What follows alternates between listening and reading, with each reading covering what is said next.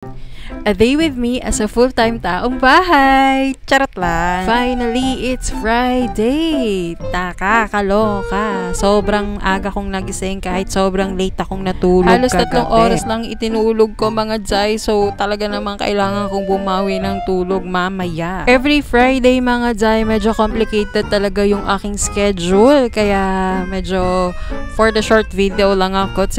So yun na nga, after kong gawin yung mga ginagawa ko and then after ko makipag-usap kay Mr. Nonchalant, pinagbigyan ko muna yung sarili kong matulog. Kaya talagang nakatulog ako hanggang 9:30 AM.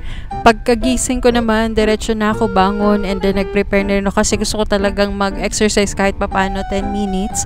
And then samahan ko na rin ang pagko-content ng very light sa TikTok. At least mga Kasi kailangan sayaw, active ganon. poster ka rin kay TikTok mga Jai para mapansin niya yung iyong mga video. So yun lang kasi napansin ko, kapag lesser yung mga post mong video kay TikTok, lesser din yung mga views na ibibigay niya sa'yo. Pero kung super active ka naman sa pagpo-post, medyo kahit papano binibigyan ka niya ng, kahit hindi man umabot ng 200 views, at least naka 100 views gunner. Another blessings mga Jai, ayan dumating na kahapon yung mga free samples approved ko sa mga humble seller. Ayan, sobrang ganda at sobrang solid to mga Jai. So ayan, unbox ko na rin sa inyong harap. So ayan, meron akong na-receive dito na 3 short na pambahay. Free, ano yan siya mga Jai, plus size na 3 piraso, 100 plus lang.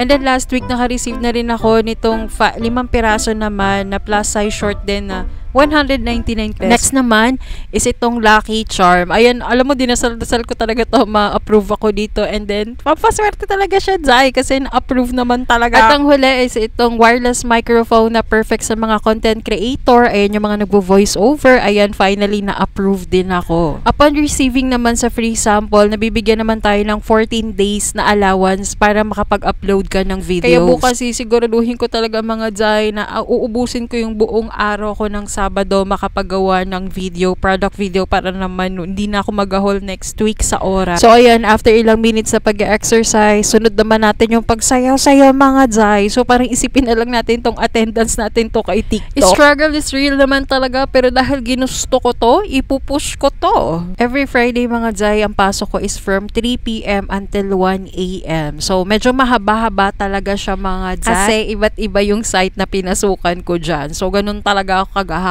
mga Jai. Sa panahon ngayon mga Jai, kailangan natin maging madiskarte sa buhay. Kung hindi, talaga namang panganga talaga tayo. So kaya naman mga Jai, hindi lahat ng team bahay or team taong bahay ay hindi busy at walang ginagawa. Kailangan mo lang talagang maging madiskarte sa buhay kahit nasa loob ng bahay. So ito lang muna ang ganap ko ngayon for today's video mga Jai. Kita-kits lang tayo ulit sa Monday. Ayan, Saturday and Sunday. May mga ibang schedule naman na akong hinaharap para dyan.